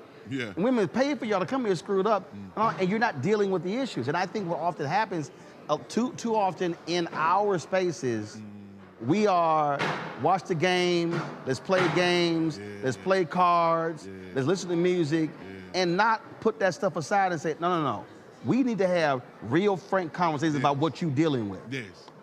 I think the like being masculine and the provider and the toughness, it make you forget about, because you always supposed to handle it.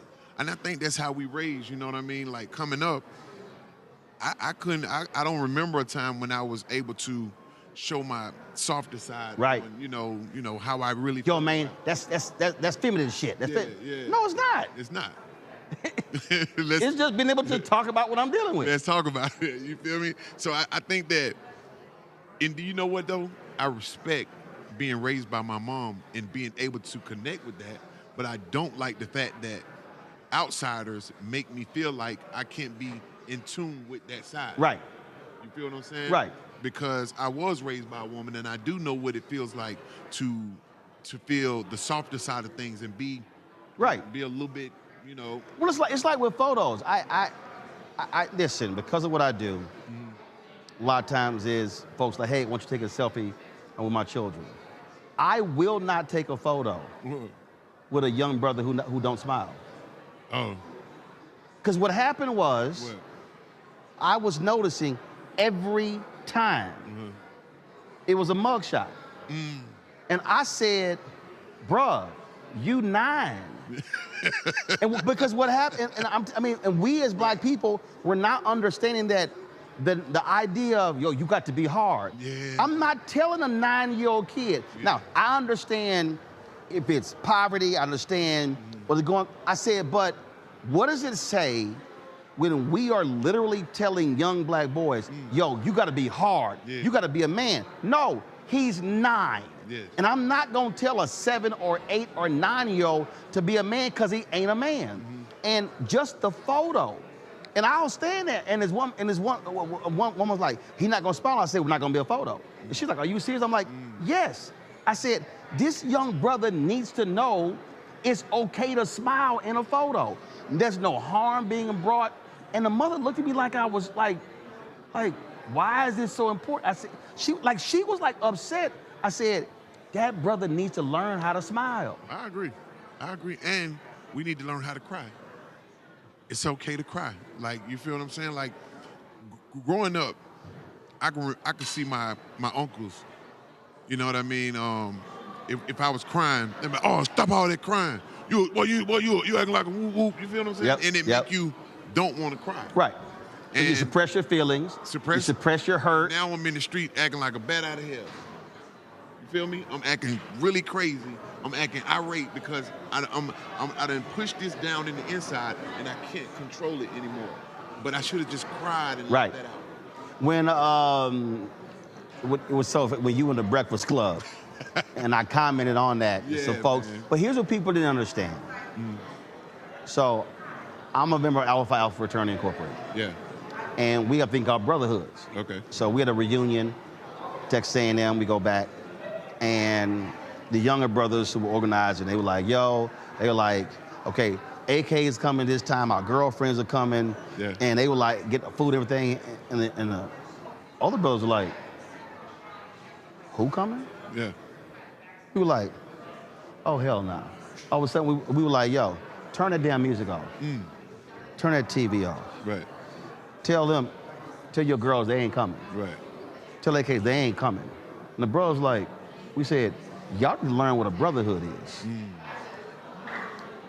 That was like 8 p.m. Okay. We didn't leave till 7 a.m. All night. And it was, but what we had to show them was, oh, this is what a brotherhood is.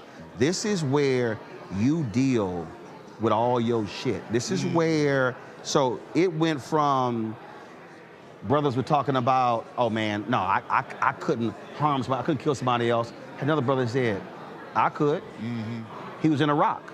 Yeah. And he said, one of us was gonna go home in a body bag, and it wasn't gonna be me. He said, I said, it was hand-to-hand combat. I killed that Iraqi in my bare hands. So it changed the conversation. At one point later, one brother got saved. So the reason I'm bringing that up, we as older Alpha brothers had to say, no. We got to show y'all what a brotherhood is like. Yeah. So I think what has to happen is, the reason that the clip resonated, you had to check homeboy behind you to understand this ain't business as usual. Yeah. And I think, unfortunately, a lot of older brothers are unwilling to pull a cat. No. This how this gonna go down. No. We ain't doing that anymore. We'll let stuff slide, as opposed to, no, I got to show you the way. Yeah. Versus, no, I want to be hands off. I agree.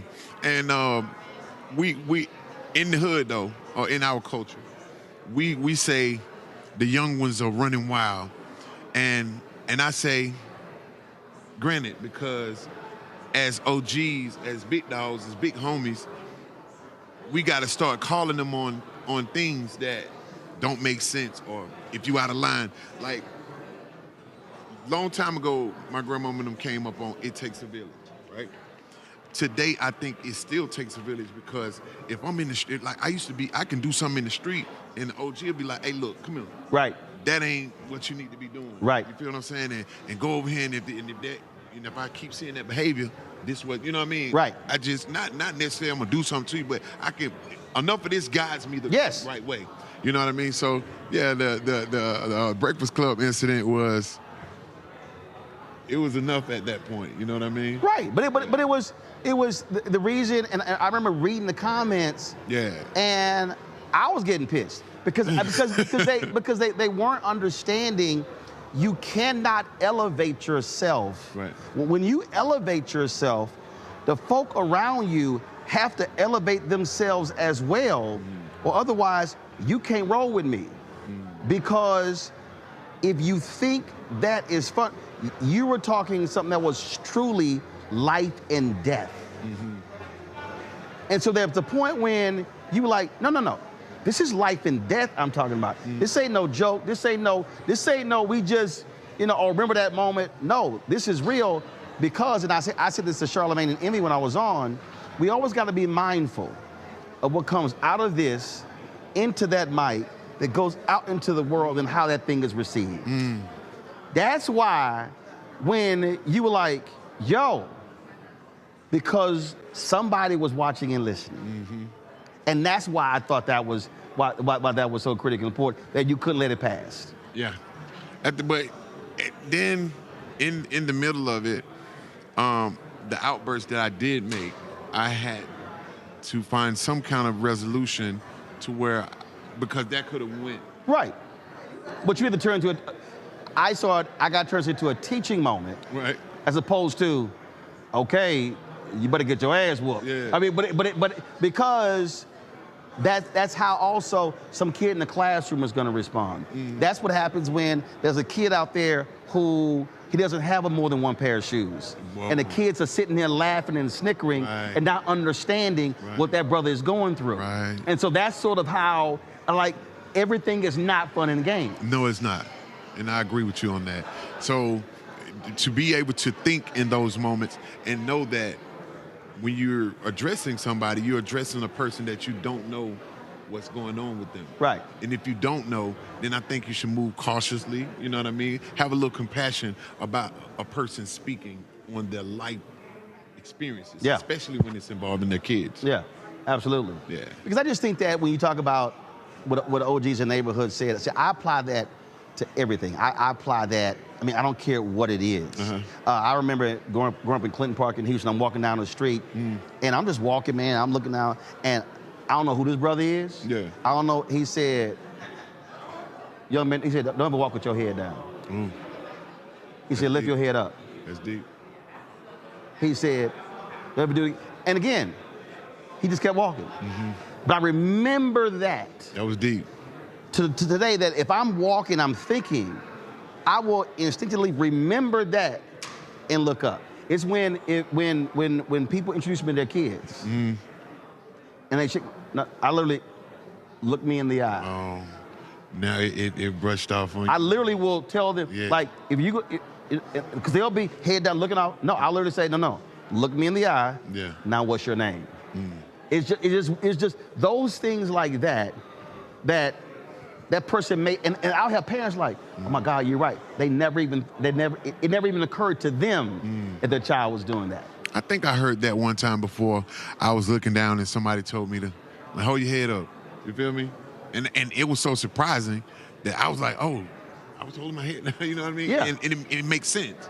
You know what I mean? So yeah. So I think the life lessons like that we have a responsibility, whether it's our kids or not, whether that's just somebody we just met, whether it's cousins or whatever, to be able to pass those things down and just not accept them as they are in our community. Yeah, it still takes a village.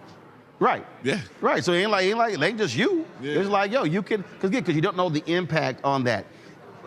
How has what you've gone through and what you have, how you publicly speak to it, how has that changed you musically? It changed musically, right? Because like Aretha Franklin said to Whitney, baby, when you go through some stuff, your music gonna change. It do. And when I say that, I say this. Before the rehab and the overdoses and all the things that I've been through, I talked about things and I glorified things in a way from a standpoint of a user. You feel me? Now, with everything that I've been through and I've seen, I don't glorify it as a user. I speak on it from an educational standpoint, what it has done, what it made me feel like. You feel what I'm saying? You won't per se hear me say, oh, well, I'm rolling up one now, or oh, I'm popping this, or I'm drinking that. I can't speak to you in that way no more. Right. Because that's no longer what it is. You feel me? I'm saying I have a way now that I have to speak on it like, this is what that did. This is what position it put me in. This is what can happen to you if, you feel what I'm saying? So, yeah, it changed how I speak about the struggles that most of us go through. In addiction, you might think you're having fun. You feel what I'm saying? I beg to differ. Well, I mean, what's the young brother? His name is escaping me. I'm sorry. The rapper who just overdosed. Rich Homie Quan. Yeah. I mean, and again, perfect example. I'm sure there were cats around him who he was going through stuff, and he may not have been sharing, may not have been talking, may not have been, and whether they're a rapper or not, we see we're living in a world with fentanyl and all kind of different stuff. People are dealing with their issues by medicating, whether it's alcohol, whether it's drugs, whether it's whatever, and it's always like, man, I wonder if that one conversation could have triggered them. And somebody's just speaking to me in a different way. You know what's crazy? We fellowship with killing ourselves slowly. We all join together. You feel me? We think it's a thing. You know what I mean? Hey, what you bought, man? What you got, man? I got some Perk, I got some lean. Well, you know what I'm saying? And we have these meetings, like, you know what I mean? Like, we're supposed to be meeting up, doing different things, but we're meeting up, enjoying killing ourselves. Like, I'm from Houston, and the syrup, the whole, that was like a whole. That's what drank at, buddy. Bruh, then it was a brother who was an NFL player who got arrested because he literally goes to prison. That's crazy. Because they hit him on on trying to sell batches of. I mean, this dude. He got a trafficking charge. He got out, survived. You make it to the NFL. Oh, I think I remember that. I think I remember seeing that. I think he played for the Rams or something like that. And it's like, I remember that, bro. That was crazy. He said he was down, you know what I mean? Then he went back to hustling, and that happened like that. Well, there was another brother, he played at Texas A&M, whose career ended because he was addicted to the. I mean, and so you're right. I mean, when you put it exactly, we are having a great time. Yes. Killing ourselves. Yeah, and the fellowship of it is crazy. I'm talking about we meeting up every week with this, crowds of us, you know, enjoying it. You know what I mean? And so it bled off into the hip hop community to where I was one of the ones I couldn't wait to talk about what a pill did to me and how it made me feel, and mix it in with women, and you know what I mean? And guess what? It went for a second, but then my outcome was an overdose. So hey, So what do you do now? What is now the let's get together and enjoy life? Let's get together and enjoy life. Let's get together and break these generational curses. Let's get together and find out things about ourselves that we put off for the duration of being addicted. Because in addiction, it's a lot of things that I did not think of doing. My manners, like, I didn't understand that. Once I got off drugs, I was like, I have no manners. Like, I'm digging in my nose, burping. You feel what I'm saying? I'm not patient. You know what I mean? We out shopping. I'm getting my stuff. I'm ready to go. It's not all about me. You feel me? I felt like when I got off drugs, I was like, oh, this is who I am. So let's get back to who we are and what we need to be for our families. Let's stop hooking up and putting that off, running from what we need to be in the future for our loved ones and our children. Have you seen a shift among those around you? Yes, a big shift. A lot of my people waiting on me to go back. Slip up. A lot of them don't believe it. Some people still offer. Hey, bro, you sure? I'm sure. You know what I mean? Or I'm about to order some drink. You drink now? I'm like, nah. And then someone like, you really don't pop pills? No. I'm like, nah. You're like, no. No. You know what I mean? And I can handle it from the public, but when loved ones do it, right, kind of hurts. You feel me? Because know what I've been through. Right. I mean, firsthand. Like, Uncle Charlie. Yeah. Look, that can't be everybody on tour. He don't play that. No. He's like, because his whole deal is, if you love me, yes, then you would know better not to do that around me. I agree with that. Yeah, so the thing about it is, how much do you care? Like in Atlanta, the young people, they call each other twin this, twin that, and I get it. You're just like me. We have some of the same likes. We like the same shoes. The atmosphere, we dig it the same. But how much do you care about your twin? Would you let your twin crash out? Would you let your twin overdose? Would you let your twin kill him and get life? So I use that for me too when with my twins about me and you share some of the same things. So I'll call you twin. What's up, twin? Like, because the comment that you left, you were understanding how I understood it. Right. You know what I'm saying? So if you care about me enough to call me your twin, then don't offer me this. Right. Support me on that. So that phrase, in another space, we call that accountability partner. In another space, we call that armor bearer. Yeah.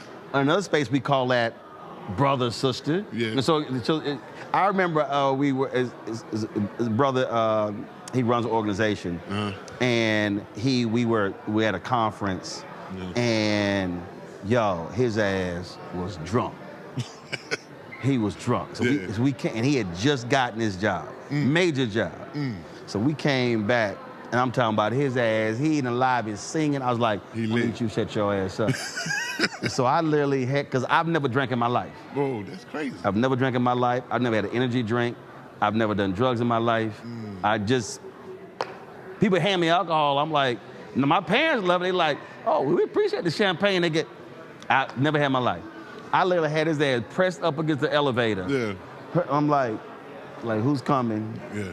Threw his ass in the elevator, took his ass up to his room, and I was like, yo, you ain't messing this up. So then like 3 years later, he got another job, another huge job. We had we had a conference. His ass, he drunk. Oh, I'm about to head home. I'm like, no, you not. I said, your ass ain't driving home. I went to the organizer. I was like, yo, y'all got an extra room? I threw his ass in the hotel room. I said, you ain't driving home. To this day, he like, yeah, man. He like, roast saved my ass. But my deal was, I'm not gonna stand here and see the condition you're in and then not intercede. Yeah. I absolutely threw his ass in a hotel room. And there was nothing he was gonna be able to say. And then if he resisted, I would have to knock his ass out. That's crazy. But you know what, though? I can respect that. But you the type of person that a person like me would respect and I would be grateful for a person that knows me and knows me. You feel me? I know you and I'm gonna know you. Oh, you see it. You see it. That's real. Man, please. I remember I was at a church. I'm sitting here, the pastor finished preaching. I see this sister come from the back. She walking up. As she walking up, she unbuttoning. I saw that. So go to the front, and pastor sweat and everything. She said, let me go get you a towel. Yeah. And I'll grab some. I was like, here. Like, oh, now I'm waiting for her to bring me. I said, you're going to take these goddamn napkins. We help you out. I was like, let me help you out. You're going to take these goddamn napkins. Yeah. And the look at my face like, yeah. I see what the hell. I see potentially what about to brew. Yeah. You're going to take these and wipe your damn forehead. Hey, you're like, bro, get the napkin, bro. See, so sometimes you need there's a look like. You need that, man. You know what I mean? Because you could have been the type of person like, oh, boy, you got that napkin. Right. I literally was like, you better take these goddamn napkins and wipe your damn forehead. Yeah. But it's just sometimes you gotta have folk around you who watching you. Distractions too. I'm big on distractions.